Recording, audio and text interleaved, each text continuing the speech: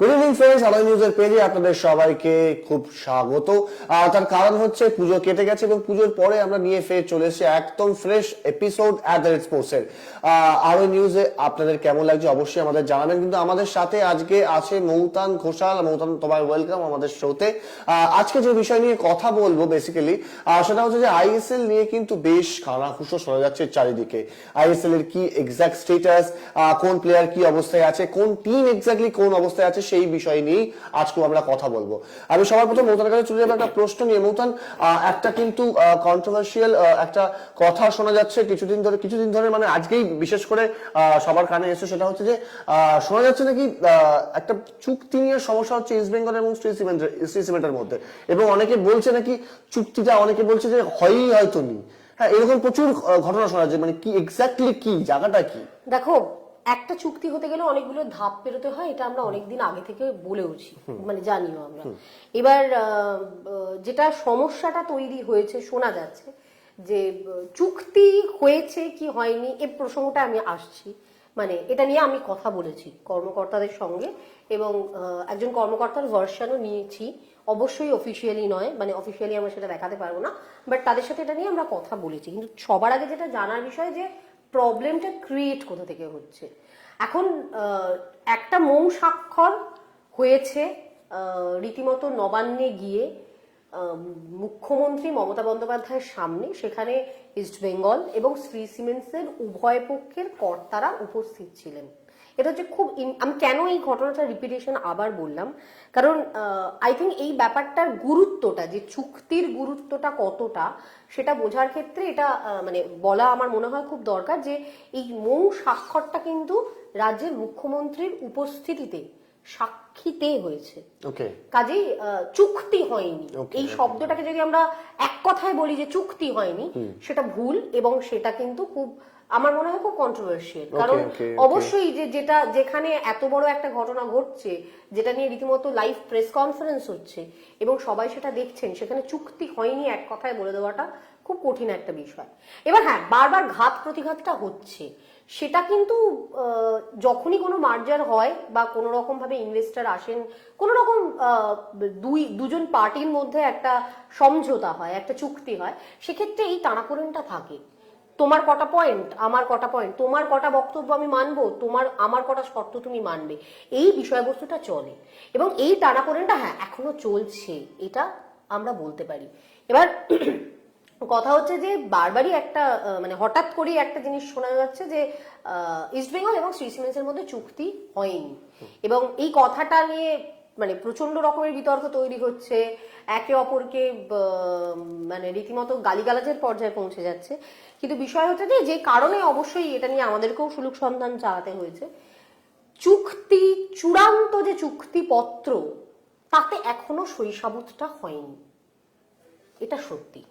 আমি জানি মানে অনেকেই হয়তো খুব নেগেটিভ রিয়াকশন দেবেন এটা, বাট আমি খুব দায়িত্ব নিয়ে এই কথাটা বলছি। ইস্ট বেঙ্গল ক্লাবের অন্যতম গুরুত্বপূর্ণ পদে থাকা কর্তার সাথে কথা বলে তার ভার্সন অনুযায়ী আমি এই কথাটা বলছি। আমি তার নাম নেব না, নিতে আমি বাই প্রোটোকল পারি না, কারণ তিনি আমাকে তার নাম ব্যবহার করার এই উক্তির ক্ষেত্রে স্বাধীনতা দেননি। কিন্তু এই প্রশ্নটা যখন আমি করেছিলাম যে চুক্তি হয়েছে কি হয়নি, তাতে তিনি এই কথাটা বলছেন। আমি একটা কথাই বলতে পারি যে না, সাইন এখনো হয়নি। এবার এর সঙ্গে লাগোয়া অনেকগুলো প্রশ্ন অবশ্যই আসবে, আমি জানি, সেগুলো নিয়েও আমরা আলোচনা করবো। যদি তুমি বলো চূড়ান্ত চুক্তিতে সই হয়েছে কি হয়নি, এক কথায় বলে হয়নি, কিন্তু তার মানে চুক্তি হয়নি, তার মানে ইস্ট বেঙ্গলের সঙ্গে শ্রী সিমেন্টস থাকছে না, তার মানে তাদের মধ্যে মারাত্মক গন্ডগোল, এগুলো ভাবার কিন্তু কোনো কারণও হয়নি। এটা সবার প্রথমে একটা জিনিস হচ্ছে যে দল চলে গেছে, হ্যাঁ রিক্রুটমেন্ট শুরু হয়ে গিয়েছে, দল চলে গিয়েছে, লোগো প্রকাশ হয়ে গেছে, এক্স্যাক্টলি প্রসেস মানে অলমোস্ট সব মানে পুরোটা না হলেও অনেকটাই এগিয়ে গিয়েছে। তো এত দিন ধরে সকল সমর্থক ফুটবল প্রেমীরা অপেক্ষা করছিল কবে কবে প্রকাশিত হবে, কে মানে কার সাথে যুক্ত হবে। শ্রী সিমেন্ট এলো, সেখান থেকে বিভিন্ন জিনিস প্রকাশ পেল, নল এই বিষয়গুলো, এই প্রসেসগুলো হয়ে গেল, তারপরে এই ধরনের জিনিস আবার সামনে আসছে কেন, কি মনে হয় তোমার? দেখো, কেন সামনে আসছে, কেন ঘটনা ঘটছে, এটা তো শ্রী সিমেন্টস আর ইস্ট বেঙ্গলের কর্মকর্তারা বলতে পারবেন। আমরা শুধু এটুকু বলতে পারি যে যা ঘটছে আমরা সেটা সামনে আনতে পারি, বা যেটুকু প্রমাণের থেকেও বলা ভালো, সূত্র মারফত আমরা যেটুকু জানতে পারছি আমরা সেটুকু বলছি। সমস্যা যে জায়গাটা তৈরি হয়েছে যে অবশ্যই শ্রী সিমেন্টস কর্তারা বেশ কিছু পরিবর্তন ক্লাবে আনতে চাইছেন, সেই পরিবর্তনের জায়গা থেকে কোথাও ইস্টবেঙ্গল কর্মকর্তাদের সঙ্গে সেটা ক্ল্যাশ হচ্ছে। প্রথম ক্ল্যাশটা অবশ্যই হলো যে 3টে পয়েন্টে ইউজিএম এ দেখা গেল যে কিছু সমর্থক আপত্তি তুলছেন, সেই সমস্যাটা একরকম ভাবে সর্ট আউট হলো। তারপর এই মুহূর্তে শুনছি যেটা যে ক্লাব প্রেমিসেসে যে পরিবর্তন, সেটাকে রেনোভেশন, মানে যেটা অন্যতম গুরুত্বপূর্ণ ক্রাইটেরিয়া ছিল এই চুক্তির ক্ষেত্রে, সেই রেনোভেশনের জায়গা থেকে নাকি সমস্যা তৈরি হচ্ছে। তো এক্স্যাক্ট তো কেউ তো মুখটা খোলেননি সঠিক কি সমস্যা হচ্ছে সেটা বলার জন্য, বাট সমস্যা যে হচ্ছে এটা কেউ অস্বীকার করেননি, এটাও ফ্যাক্ট। এবং বোর্ড গঠনের ক্ষেত্রে আমি যদি বলি, এখানেও কিন্তু আবার একটা ধোঁয়াশা তৈরি হয়েছে, কারণ হঠাৎ করেই শোনা, মানে প্রথম থেকে যে নামটা কনফার্ম ছিল ইস্ট বেঙ্গলের দুজনের মধ্যে সৈকত গাঙ্গুলির নামটা, এবং একদম মানে দেবব্রত সরকারের আমরা মানে সেই সময় ইউজিএম থেকে ফিরে সদ্য আধ ঘন্টার মধ্যে তার বক্তব্য আমরা দেখিয়েছিলাম, দর্শকদের আশা করি মনে থাকবে, যে ক্লাবের সভাপতি এবং সচিব সৈকত গাঙ্গুলির নামের পাশাপাশি চাইছেন যে দেবব্রত সরকারও যাতে বোর্ডে যান, কিন্তু সেটা নিয়ে তিনি ভাবছেন। কাজে সৈকত গাঙ্গুলির নামটা পাকা, এই শব্দগুলো কিন্তু দেবব্রত সরকারের মুখ থেকে আগেই আমরা শুনেছি। তারপর হঠাৎ করে সৈকত গাঙ্গুলির ব্যক্তিগত কারণ দেখিয়ে বোর্ডে আসতে না চাওয়া, এবং আমি আজও সৈকত গাঙ্গুলির সাথে কথা বলার চেষ্টা করেছিলাম, বাট তিনি কিন্তু কল রিসিভ করছেন না। আমি জানি না বাকিদের করছেন কি করছেন না, বাট আমার সাথে তার সরাসরি কোনো কথা হয়নি। কিন্তু হ্যাঁ, তিনি সরে যেতে চেয়েছেন, এটা ওয়েল নোন, এটা সবাই জানে যে তিনি কোথাও একটা চাইছেন না বোর্ডে যেতে। এবং আবার একটা কনফিউশন তৈরি হয়, এবং বোর্ড গঠনটা দীর্ঘদিন ধরে না হওয়া, যখন কোচের নাম অ্যানাউন্স হচ্ছে, যখন প্লেয়ারদের নাম অ্যানাউন্স হচ্ছে, তখন কিন্তু আমি মানে বারবার কখনো শ্রী সিমেন্টস কর্তা বা ক্লাব কর্তাদের সঙ্গে আমরা বারবারই একটা প্রশ্ন করছিলাম যে জেনারেলি প্রোটোকলটা আমরা দেখি যে বোর্ডটা আগে ঘোষণা হয়। তো সেক্ষেত্রে তারা বলেছিলেন যে সবকিছুই তো রেডি আছে, জাস্ট কিছু পেপারস ওয়ার্ক শেষ হলেই আমরা বোর্ডের নামটা, কারা কারা বোর্ড মেম্বার, সেই নামটা আমরা ঘোষণা করে দেবো, কিন্তু তার জন্য টিম পিছিয়ে যাক আমরা এটা চাই না। সেই কারণেই টিমকে গোয়ায় পাঠিয়ে দেওয়া এবং অল দ্যাট, মানে সমস্ত প্লেয়ারদের নাম ঘোষণা করা, এই সবকিছু প্রসিডিওর গুলো করা হয়েছে। এবং এটা খুব, আমার মনে হয় এই ব্যাপারটা সব থেকে পজিটিভ, যে যখন এই প্রসিডিওর গুলো করা হয়েছে তখন যে সমস্যাই হোক ইনভেস্টর এবং ক্লাব কর্তাদের মধ্যে, সেটা কখনোই খুব মেজর জায়গায় যাবে না, কারণ সেক্ষেত্রে আর্থিকভাবে প্রেস্টিজের জায়গা থেকে, সব জায়গা থেকে কিন্তু উভয় পক্ষের যথেষ্ট ক্ষতি। এটা আমার মনে হয় না যে কোনো রকম বুদ্ধিমান লোক যে দুটো এন্টিটিতে রয়েছে তারা এটা করবেন। হ্যাঁ, চাপান উত্তর চলছে, এটা অস্বীকার করার কোনো জায়গা নেই, সমস্যা টানাপোড়েন একটা আছে, কিন্তু সেটাকে খুব মেজর করে দেখারও কোনো ব্যাপার নেই।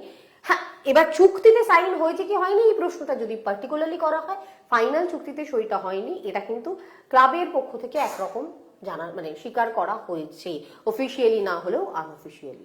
এক্স্যাক্টলি, অনেকগুলো প্রশ্ন এসছে এর মধ্যে।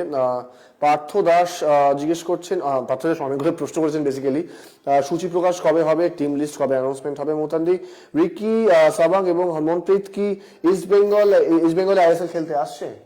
দেখুন, অলরেডি তো ইন্ডিয়ান প্লেয়ারদের স্কোয়াডটা অ্যানাউন্সমেন্ট হয়েই গেছে ইস্ট বেঙ্গলের পক্ষ থেকে, তো সেটা যদি ফলো করে থাকেন বা উনি চাইলে আমরা আবার বলেও দিতে পারি, বাট আই থিঙ্ক এই মুহূর্তে এই আমরা যে বিষয় নিয়ে আলোচনা করছি সেই সংক্রান্ত কিছু প্রশ্ন ডেফিনেটলি থাকবে।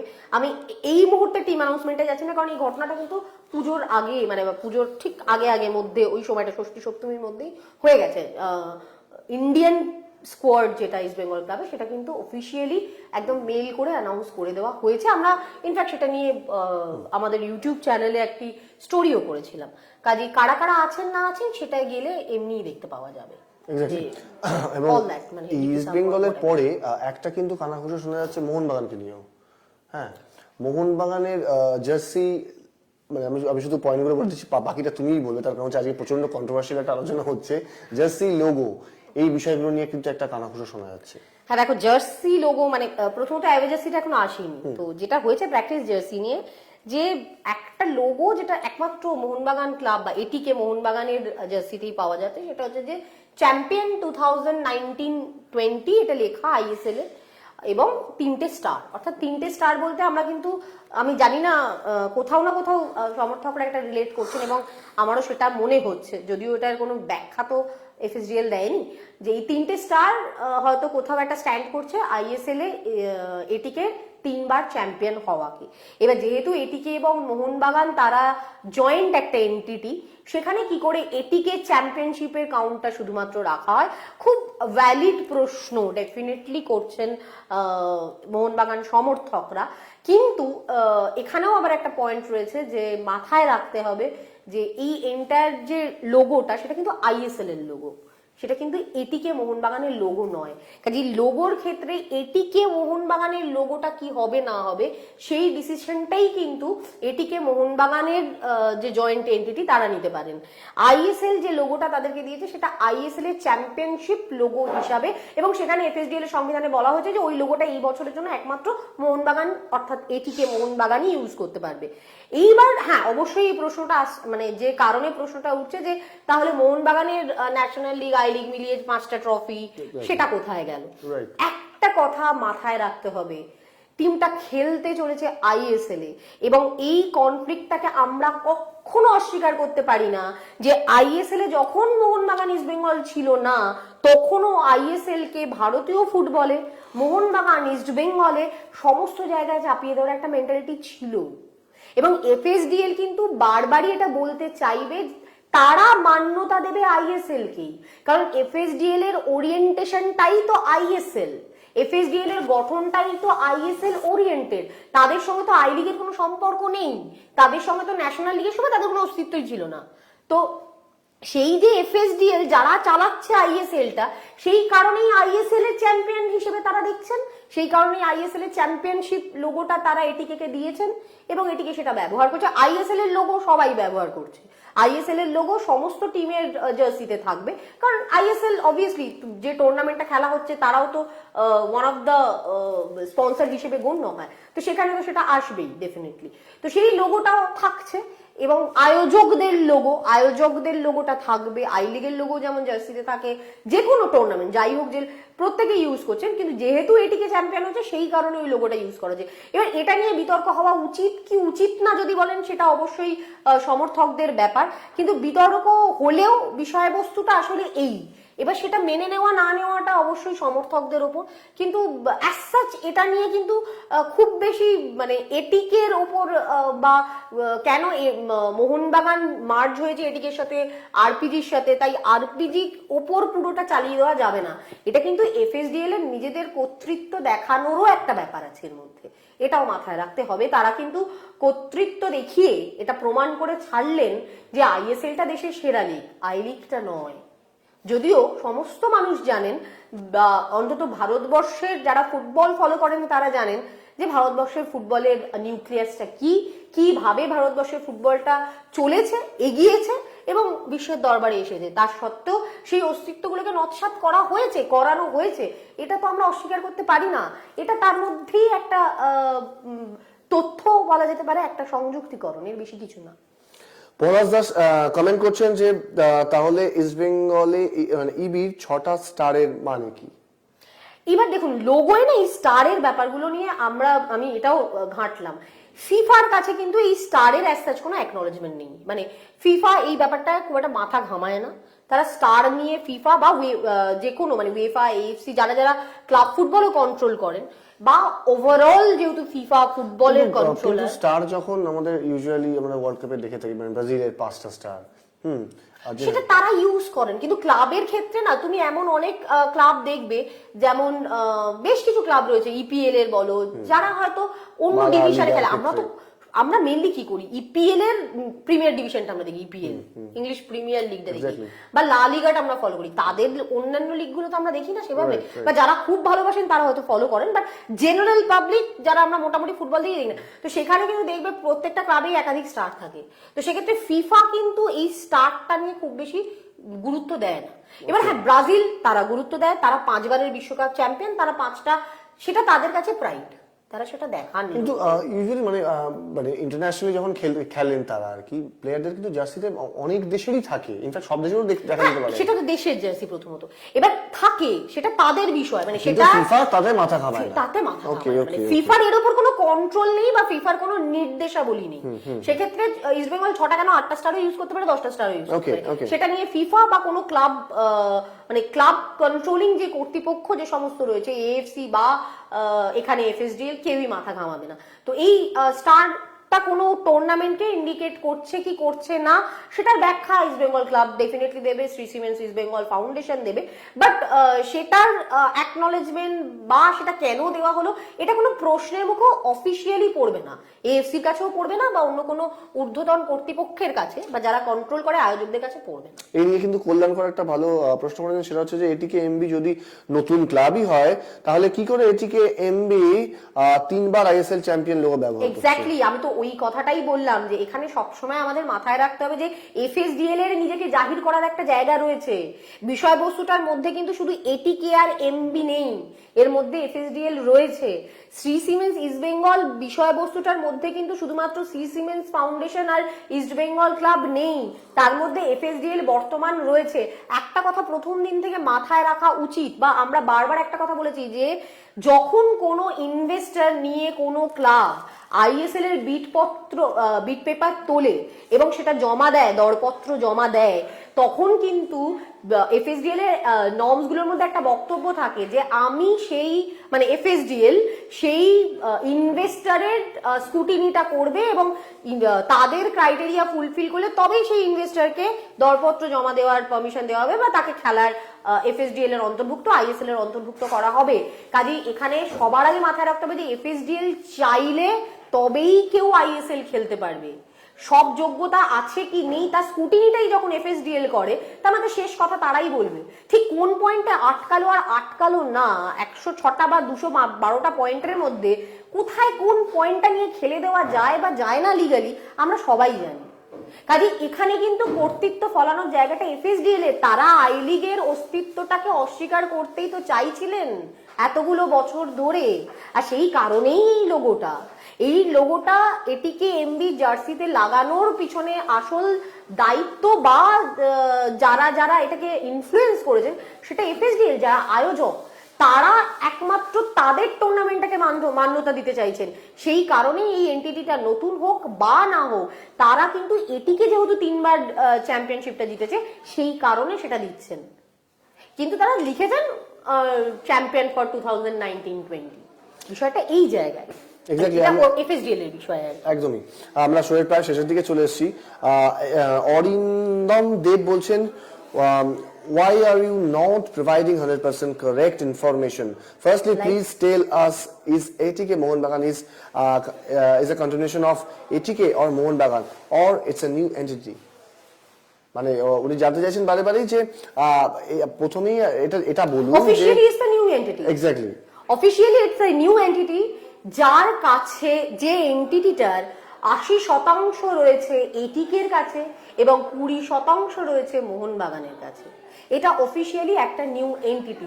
সেই অনুযায়ী এই স্টার 3টে দেওয়া যায় কি যায় না, এটা আপনার নিশ্চয়ই দ্বিতীয় প্রশ্ন। তাহলে সেই প্রশ্নের জায়গা থেকে আমি বলতে পারি এই লোগোটা ঠিক কি ভুল সেই প্রশ্নটা করার জায়গাতেই কেউ নেই, কারণ এফএসডিএল যেটা চাইবে সেটাই করবে এবং এটা তাদের আমি বলতেই পারি এটা তাদের গায়ের জোরই, হয়তো খুব বাড়াবাড়ি বলে ফেললাম, বাট ইটস আ ফ্যাক্ট। এটা তারা মনে করেছেন দেবেন, তারা মনে করেছেন ওটা ইউজ করতে হবে, তারা ফোর্স করেছেন, দ্যাটস ইট। এটা এফএসডিএল এর বিষয়, তারা এটা করেছেন, এটা নতুন, ডেফিনেটলি নতুন এন্টিটি। এটিকে মোহনবাগান দুজন মার্জ হওয়ার পর ডেফিনেটলি নতুন এন্টিটি, নতুন লোগো, সবটাই তো ডেফিনেটলি নতুন এন্টিটি। আইএফএ থেকে এটিকের এন্টিটি নেই, তারা সরে গেছে, তারা তাদের নাম উইথড্র করে নিয়েছে এবং মোহনবাগান এটিকে মোহনবাগান নামে নতুন করে রেজিস্টার হয়েছে। তো definitely it's a new entity. New entity হলে এটা করা যায় কি করা যায় না, এটাই প্রশ্ন। তো এই করা যায় কি করা যায় না প্রশ্নটা এফএসডিএল কে করার লোক কোথায়, কে এই প্রশ্নটা করবে? এআইএফএফ? আপনার মনে হয় ভারতীয় ফুটবল ফলো করার পর যে এআইএফএফ এই প্রশ্নটা এফএসডিএল কে করবে? এক্স্যাক্টলি, একদম শেষে চলেছি। পলাশ দাসের জাস্ট কমেন্টটা পড়ে আমরা শেষ করব। পলাশ দাস বলছেন, যখন আইএসএল নেক্সট ইয়ারে নর্মাল ভাবে হবে তখন এমবি এবং ইবির হোম গ্রাউন্ড কোনটা থাকতে পারে? আমি যতদূর জানি কলকাতা থেকে দুটো টিম রেজিস্টার হয়েছে, এবার যুব ভারতী থাকবে আই গেস। আবার যদি কেউ অন্য কোনো স্টেডিয়াম চান, অর্থাৎ কল্যাণী বা বারাসাত বা কিশোর ভারতী, সেটা তাদের ডিসিশন হবে সেই সময়। বাট সেটা সবটাই পরের ডিসিশন। তো বাট এখনো পর্যন্ত কিন্তু কলকাতা থেকেই দুটো টিমের অস্তিত্ব। একদমই। আমরা এই একটা কন্ট্রোভার্সিয়াল আলোচনা কিন্তু আজকে আপনাদের সঙ্গে শেয়ার করলাম, তার কারণ হচ্ছে বিভিন্ন কানাঘুষা বিভিন্ন জায়গা থেকে শোনা যাচ্ছে। তো আমাদের কাছে যতখানি ইনফরমেশন আছে অবভিয়াসলি আমরা সেটা শেয়ার করেছি আপনাদের সাথে।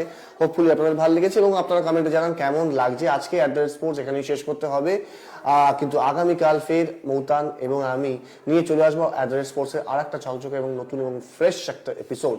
ততক্ষণ বিশদ খবর জানতে অবশ্যই চোখ রাখুন আরও নিউজের পর্দায়।